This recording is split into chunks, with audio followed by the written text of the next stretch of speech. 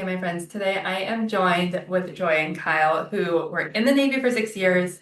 They did two deployments, which is basically 50% of the time that you were in, given the amount of days that you were out to sea, and are going to talk to us today about how they mastered the art of managing a marriage in the military, of being apart, and how you keep the love alive and communication and all of those incredible things. So, guys, thank you so much for joining me today.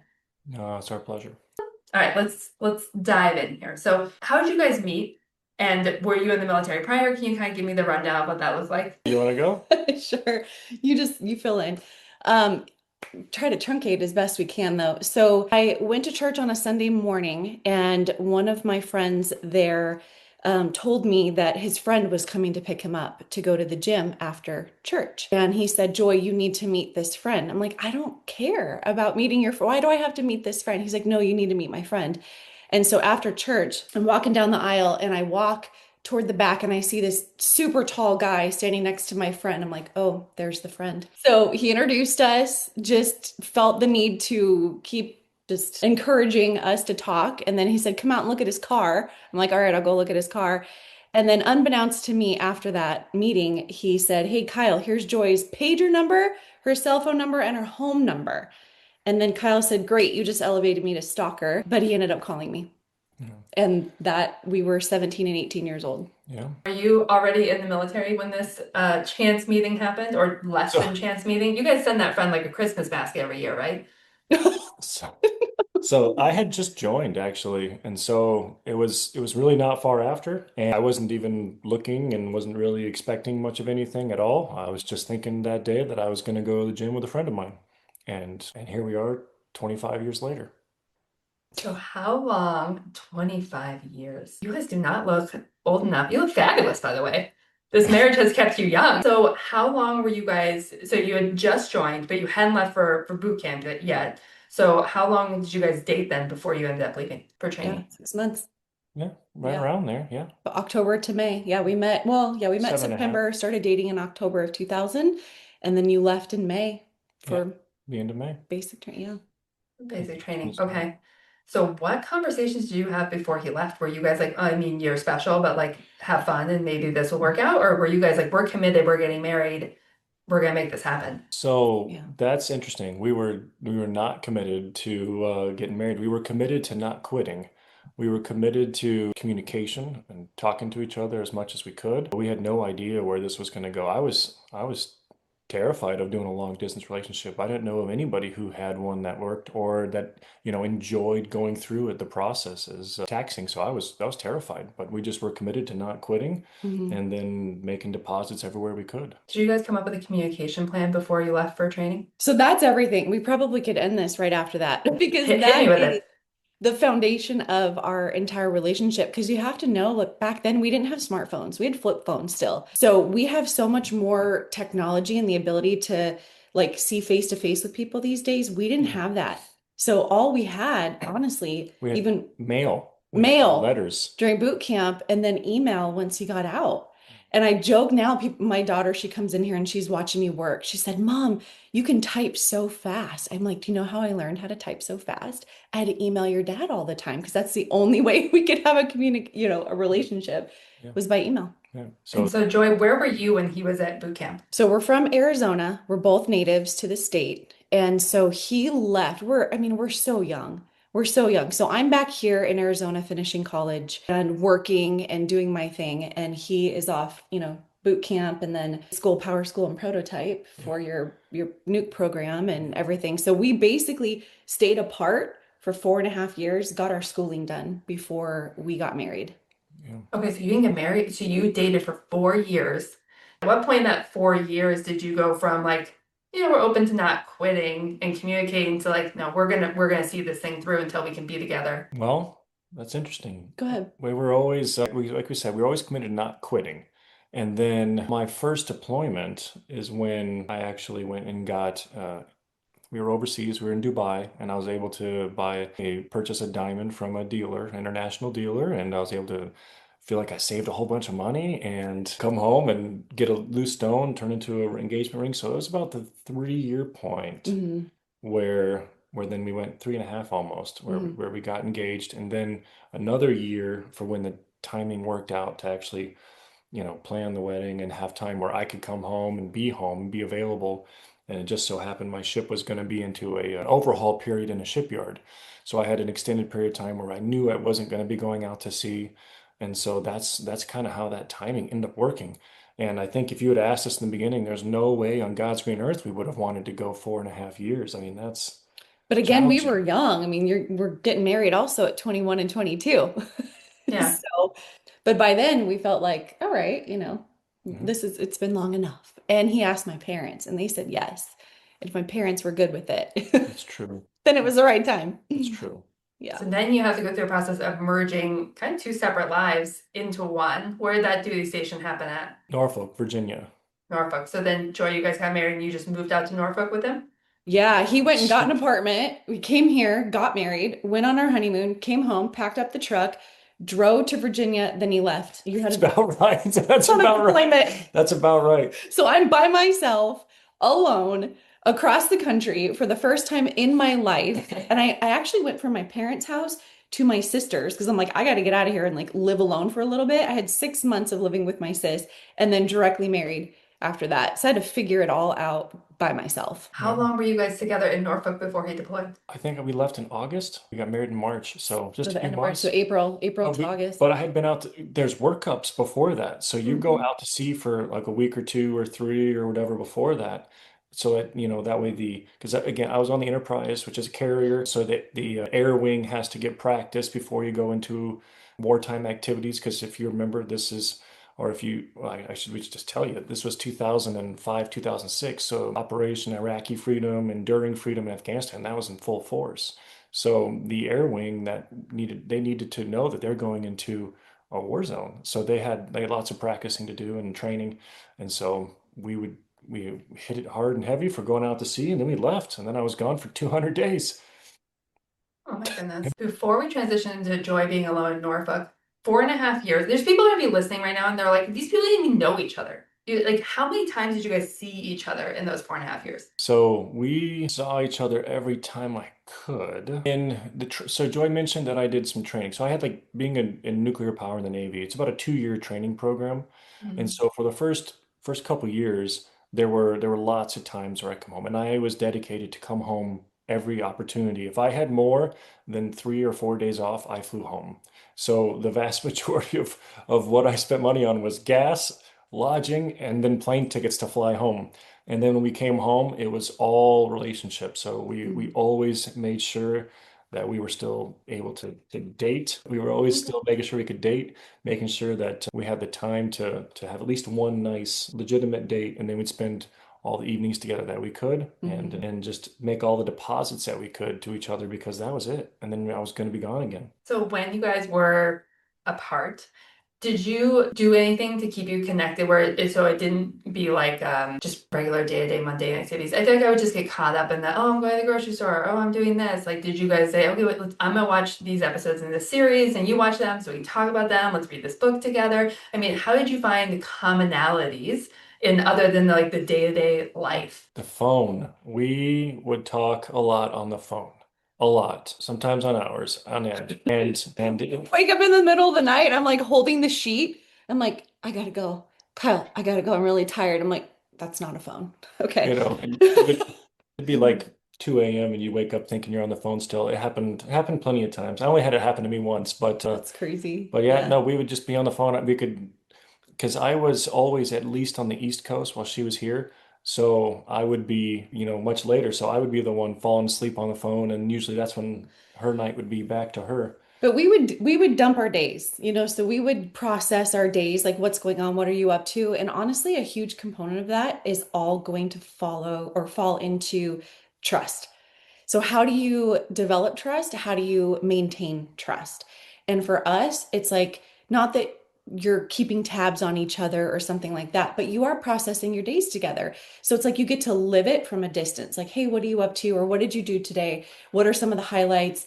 Hey, you're going to the movies, you're going to go out to eat with some of the guys. Like I knew his whereabouts. Like he knew my whereabouts just because we, actively shared that with each other. I think something else that really is important is when we were dating, when we were engaged, and then in our marriage, the whole time, consistently, has been looking through the lens of this is my best friend. And so there's no one that I'm closer with. There's no friend that I'm closer with. And it's never been that way. It's never going to change.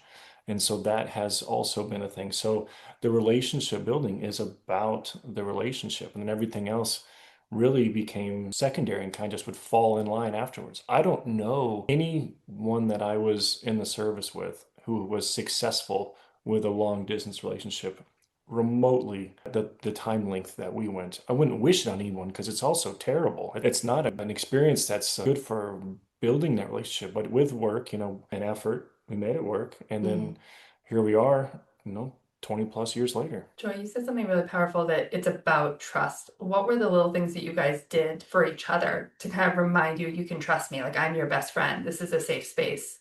Yeah. Are there kind of a routine to that, or activities that you would do to kind of replant that seed in each other? Yeah. So maybe unpopular opinion, but this is what made it work for us is we were committed. God was the center, is the center of our relationship. So what type of boundaries, if God is the center of your relationship, what type of boundaries do you need to create in order to protect that? Because it's constantly going to be at war. There's always going to be some distraction or something that's going to try to destroy that. And so how can we best fortify that relationship? And truly, we were young. It's like you're young, you want to go, party and do all these things. We didn't. We Yeah. were like, I say that we were traditionalists in millennial bodies, because we just had old school ideas about things, but we deliberately did not put ourselves in a position where compromise could occur, because that's really easy. It's really easy to lose inhibition and then not remember or something, whatever it is. And we like Yeah. actively chose not to go in those places. And another important add-on to that is I grew up in a broken home because infidelity at the home. And Mhm. my dad left us when I was young, and I was able to see consequences from that. And they're lifelong. Like my children will have the consequences. They still don't understand why they've got extra sets of grandparents. And so it's one of those things that you recognize that you have to avoid circumstances because everyone loves to think that it can never happen to them, but it can. And everyone else has the same ability to make mistakes and throw away a relationship that you care much more about. And so as a result, I didn't go out to clubs, made sure that Joy was, the same way. We had agreements on those things. We made As sure much as I love to dance, okay? it is I true. love to It is dance. true. Stayed out of those places because they're not a good place. I could dance other way. You are a dancer. So, but at the same time, Yeah. going out and just going bar hopping and such, for instance, we talked about the things that usually result in failures of moral character, and those were non-negotiables. And even to this day, we like when we'll go to the gym, I still try to maintain, I choose not to talk with women, whether they or someone else gets the mindset that they're like, oh, that guy's obviously trying to flirt with that girl, and I care more about my relationship Mhm. than I do somebody who I don't even know, and then the perception that it's trying to creep in because that's how it starts. It Because you starts you give creeping. a little, and then that can grow because then you're putting Yeah. time and attention to somebody else that shouldn't have that. And even coming from a corporate world, I jumped into work right away when we moved to Virginia. I was like, I got to do something because I'm all alone and I need to be productive. And so I jumped into or back into hospitality. But even then, like we would go do corporate lunches and different things like that. Well, I'm not getting into a vehicle with somebody of, another guy by myself. I just made a Mhm. choice to not do those things early on.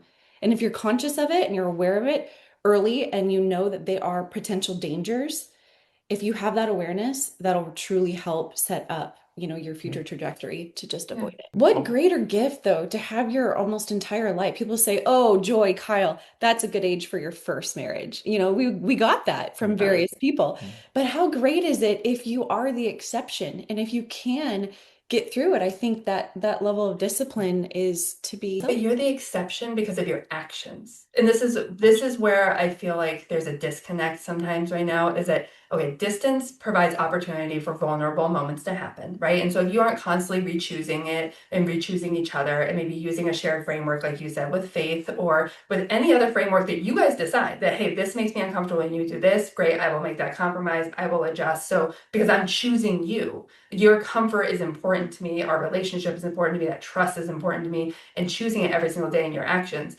I think to say that it's the exception kind of sounds like it's destiny, which it may very well be. But you guys also actively put destiny in your favor every single day when you take each other into consideration with your life and your choices right behind God. Like, that's just the reality of it. Yeah, I mean, discipline, it's like anything, any area of your life where you exercise a great deal of discipline, the reward that comes after is well worth it. So Mhm. whether that's somebody who's like, I'm going to set this goal to get into the gym and lose X or whatever, and you were disciplined enough for a year or whatever it is to achieve that goal, it's like that. I mean, we were truly exercise a great deal of discipline and consistency and respect in our relationship because we knew like the long game. You used to say to me, we were teenagers. You'd say, I want to grow old with you. And I'm like, yeah, like, look, we're over here getting gray hair now. I'm like, Yeah. we're getting old. Living the dream. We're That's living the right. dream. That's right. So yeah, And it's tomorrow So, isn't guaranteed to anybody, so you got to live each day like it is a dream. and it's like I've said this to so many people. It is safeguarding your heart. That discipline is safeguarding your heart because why, like self-induced, why do we self-induce heartache and pain when we don't have to? And I know that's not always the case because it takes two, and sometimes the other person's not as committed as you may be. But if you can and you can together, it's worth it. The work is worth it. That's true. And you're trying to, like when we were dating, we didn't know it at the time, but both of us were intending to date our future spouse. And so we both, we had But that mentality that dating is not trying to just see how many couples you could have gone through. so it's not possible that you guys lived this fairy tale of 4.5 years and you never got into a fight and you never felt disconnected. So You nailed it. That's exactly what it was. yeah, just complete bliss, just living it. I just picture Joy being like Cinderella and like singing and like or It was was. it Snow White and I like had the this. slipper for 4.5 years and I had to wait. Yeah. So tell me about a time when you guys felt disconnected. Like, how did that conversation go? How did you course correct to get back on the same page? I think early on, there was like lag time in between communication sometimes. Like you were out, maybe you weren't always as aware of sending me that email that I look forward to each day. And I would wonder, like, where is he at? What is he doing? And then sometimes they would go in like secure areas where you couldn't communicate. All email was down, and I did not know. So I'm like, all right, where is he at? I have no idea what's happening Yeah. right now. Yeah. And Yeah. so it was frustrating, Yeah. but So, if I could simplify that a little, is sometimes not communicating sends a different message, or a different message can be received because it's not always what you say, it's what she hears or what the other person hears. So, if she's expecting our normal communication to come and it doesn't, then it opens the door for whatever fear and whatever concerns to just creep right in and take the lead. And then the other, just to describe a little bit, when she's saying, I'd be on deployment, and sometimes you'd enter an area of activity, and then the ship would want to be a little less conspicuous on where it is. And so they would set a condition where there's no out external communication. And so we would sometimes go for a period of time where all internet, all email, all phones are inaccessible. And so when we would have no heads up oftentimes. And so she would again not even know if I'm out to sea, if the ship's okay, if I'm okay, or if we've gone to a port. If we did go to a port, what'd you do in the port? Because those were the things that we would constantly communicate with each other. And when it's all of a sudden gone, then doubt, fear, worry, and all those other emotions can creep yeah. in. In the absence of information, you draw your own conclusions. And that's oftentimes what. It's a smart phrase. So, Joy, when you weren't getting communication from him, how did you kind of settle yourself? I just stayed busy. Probably not the best way to go about it, but I just stayed busy. I mean, that's when I really jumped into my hospitality career and I was responsible for a lot. And I got into this job. I got promoted 3 times very quickly as soon as I started at this particular hotel in Hampton, Virginia. And I just stayed busy. I So appreciate you saying that. I don't think that that's a bad thing to do. In this world where 22% of military spouses are unemployed right now, I think that's tough though, because their entire existence is really contingent and built on their partner, right? It's like I have to go where he goes, even when he's gone. Now he can't contact me back or she can't contact me back, and it creates all these noises in our heads. And even maybe if I'm trying to apply in businesses or trying to apply to get a job, it's just there's not a lot else to focus on unless you have kids. Right. But it applies a lot of pressure if you don't have something for yourself. I had a girl on TikTok this week who was saying, like, what did you guys do your spouse's first employment? I feel lost. I feel confused. And I was like, man, I told my real estate story. I was like, but if I could go back in time, I would pick a goal I've always wanted, right? You want to learn Italian, you want to learn French, you want to become a lawyer, take the LSAT, you want to run a marathon. Like, your life can't stop when your spouse is gone. And even though you want to share those things with them, having goals while they're gone and working towards something consistently and showing progress in something consistently, like, you won't always have that time when they get home. So choose something that makes you a better you for you and for them. So that way you're also not putting all of your stuff on them, because they are out, working on the nuclear something somewhere, doing very important things, and can't always respond to us. We have No, to and have our own fulfillment. yeah, you have to create your own identity because here you are uprooted in a place that you got familiar, or maybe you're from, and you're going to a new place for the first time where you don't have a place in that community yet. You may not have an identity there yet. So how are you going to establish something? And I've got, friendships that I'll have forever from our time there. And, between working full time, getting involved in like a young adults group at church, and then I put together my wedding album because back in the day, we didn't have all these like fancy albums and things. So I'm like, I'm going to scrapbook this. I'm going to put it together It's myself. because digital cameras were just coming out. Isn't that crazy? It's You guys old, are ancient. old. It's so crazy. Yeah, I used to have 1.2 megapixel cameras. And But, honestly, oh, one of the things, just to, if I could cut it Please. more concisely, mhm. is self-development. You've got you're mentioning it a lot of the same thing, but you have that opportunity to do things and you can pick those goals. And there's a lot of resources, especially as a military spouse, where a lot of it is free. And whether it be collegiate, whether it be there's a lot of crafts. So, I mean, there's even trade-based things that are also included, right? So, because it's not, it can be the husband can be the spouse that's home alone too. Mhm. So those can all be something that's its future foundation. You could go do while your spouse is gone. If it's a husband, even they can go to an HVAC school, and that can be the foundation of the business they start down the road. You don't know. You just have to put one foot in front of the other to try and find out something that you're interested in and grow. Mhm. To mirror what you're saying, one of me and Brad's goals is that we want to be happy independently so we can be happy together.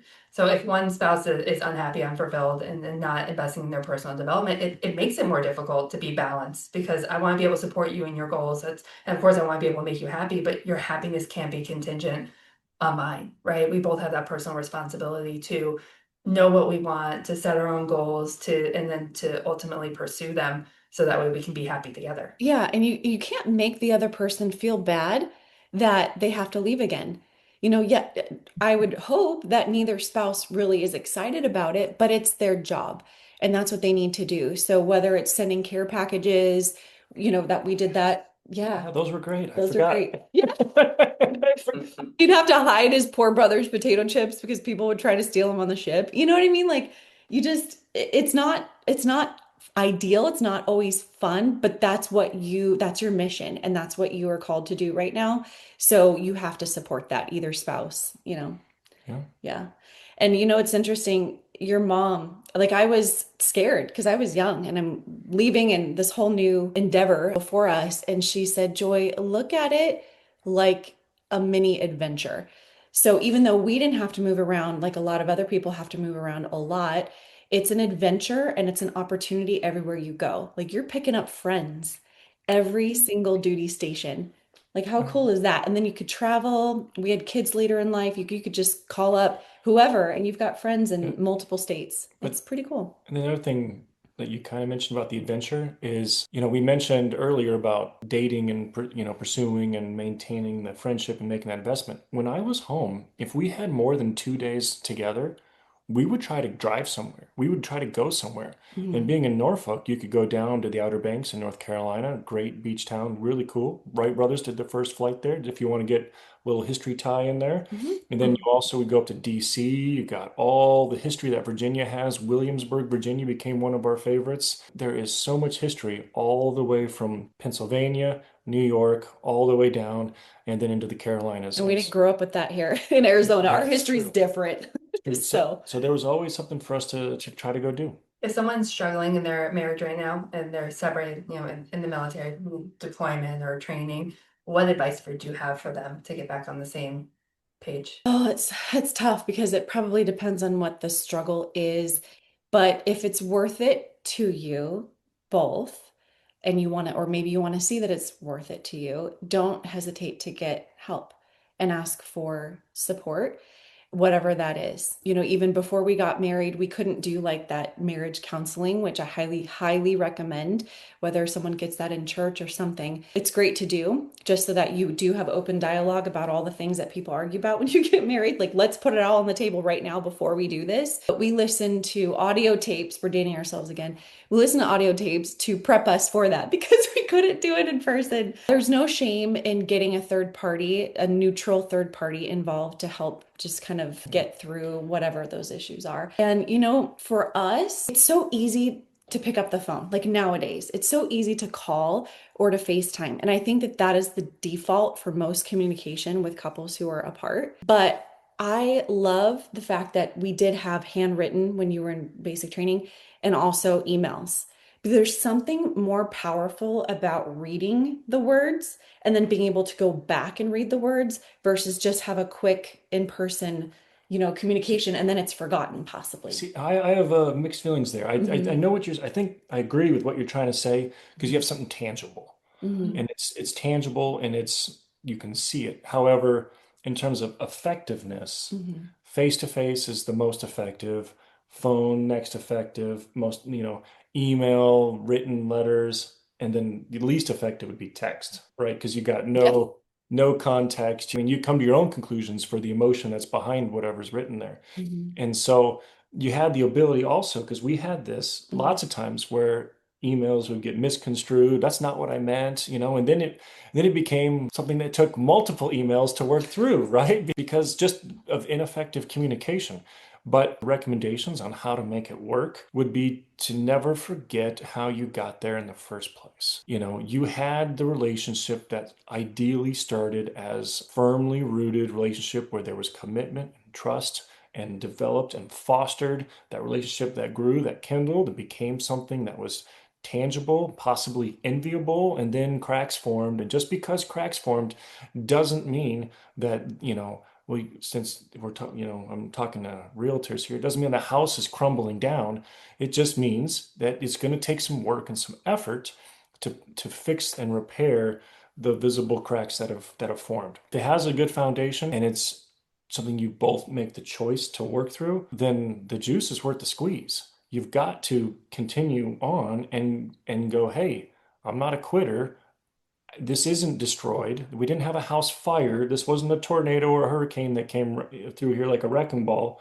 It's just a moment of, hey, I need to get over my pride, or we have time to really get to what I meant, or maybe, I was just a bonehead or something. All of those could easily be true, but it takes humility and it takes commitment and then the courage to work through if it is your fault. And if you can get through those and take one step after the other, and you realize that the relationship is what you're growing and that you're looking at the long game, then what Joy already mentioned, we were 17, 18 on a road trip to Sedona, just walking on the road holding hands when I told her, I want to grow old with you. And that's something we've said many, many times over the last 25 years. Because now we are growing old together. And it's a journey. We look back and it's awesome. I love that because it seems to be a phrase that you guys share. And I bet you, if you look back on your communication, those emails where there was misunderstanding, you probably anchored back to that, like, I love you. I want to grow old with you. I'll email you tomorrow. Right? It's like, look, we can have misunderstandings. We can have, frustrations. We can feel overwhelmed. We can be, angry in the situation that we're in right now because it's not ideal. We want to be together. But ultimately, regardless of all that, I love you. I want to grow old with you. I'll email you tomorrow and we'll keep going. Just don't quit. Guys, thank you so much for joining me today. I so appreciate this. I hope that anyone who is looking to kind of anchor back into their relationship, really not quit, work together, get kind of some tidbits out of this conversation that they can apply to their marriage to have a more fundamentally sound marriage in the military. So thank you so much for joining me. You're Thanks for welcome. having us. Thank you.